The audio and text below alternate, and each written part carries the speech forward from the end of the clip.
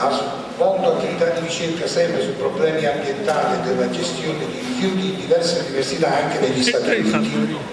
È membro del comitato di consulenza per l'ambiente del commissario europeo della ricerca, è stato consulente del governo austriaco.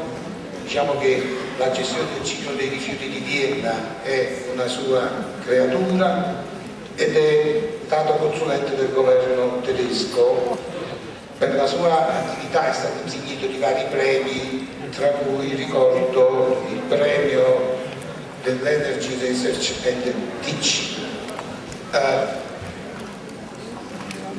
La nostra iniziativa si inserisce come punta di diamante in una serie di iniziative rivolte alla informazione e noi crediamo che l'università possa far bene la sua parte se fa il suo mestiere e che tutti debbano far bene la loro parte facendo il loro mestiere. Vedo ancora molti studenti fuori, se magari riusciamo a farli entrare.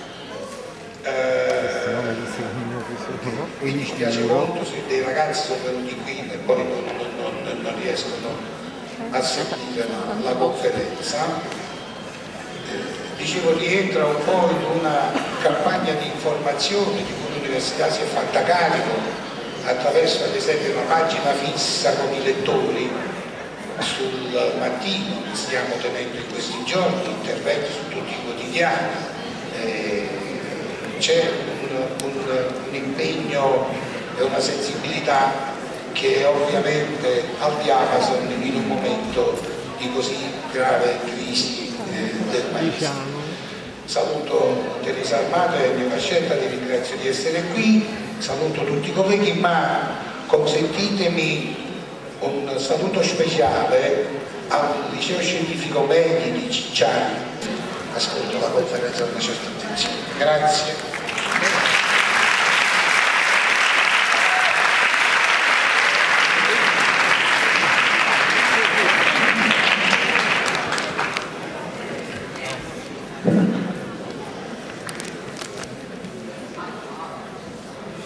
Dear Minister of Science and Education of the region, dear magnificent Rector of this esteemed university, ladies and gentlemen. First, I would like to thank the university for this invitation here to Napoli to talk about waste management. It is my first visit in this beautiful town. I know this town now for 6 hours, and I really like it very much. Not just the beautiful setting here on the bay, but also the hospitality of all the people I have met.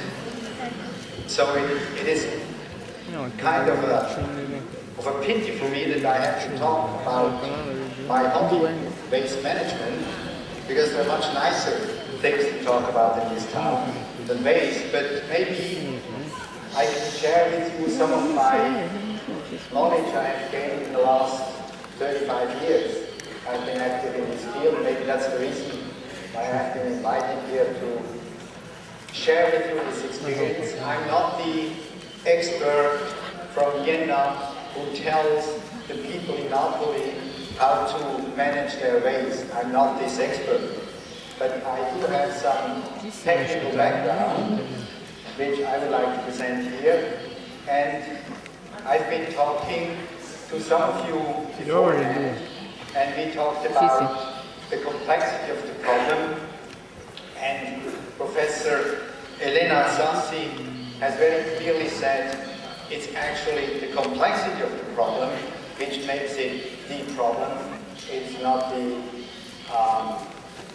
technical, scientific, maybe economic problem alone, it's the complexity with all the social science issues, and therefore I regret that I'm just a natural scientist and an engineer talking to you about the natural science and engineering side of waste management. Maybe during the question period after my presentation, maybe we have some more time to go a little bit into the complexity issue.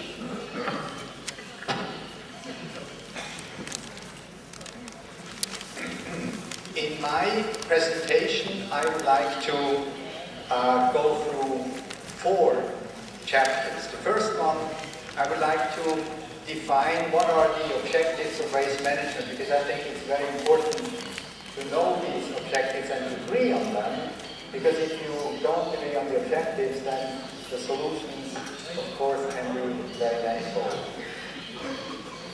Next, I would like to go into the so-called metabolism of urban citizens, so-called urban metabolism or metabolism of the anthroposphere.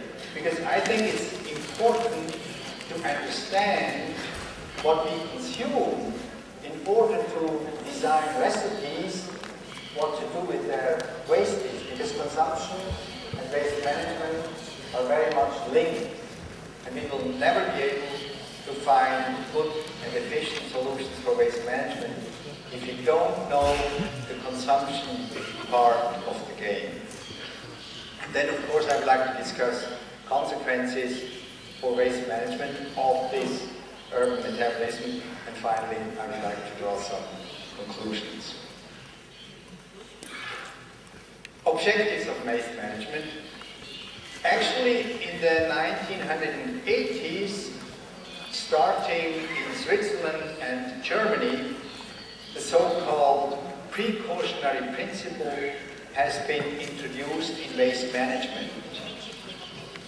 Precautionary principle meaning that everything we do should be solved by our own activities. We don't want to pass on problems into the next generation or into other regions. No export of waste management problems in space and in time. So no aftercare after our waste management. Based on this precautionary principle, the objectives that have been designed, the first one, protection of man and environment, the second, conservation of resources, and the third one, aftercare-free waste management, directly derived from the precautionary principle. As a strategy to reach these objectives, as a strategy, prevention, recycling, and disposal have been chosen. Now this sometimes, especially on the European level, is called a hierarchy. So first prevention, next recycling, and third, if you cannot prevent, if you cannot recycle, then dispose. But I think the example of Napoli shows very clearly that sometimes disposal is the right option. Today, for Napoli, I'm sure that disposal is in the foreground. It doesn't pay now, today, to prevent, because these wastes already exist. So prevention, recycling, disposal has to be looked at as a question of what is most economic to reach the goals above. And sometimes most economic can be recycling, sometimes most economic can be prevention, and very often it is disposal.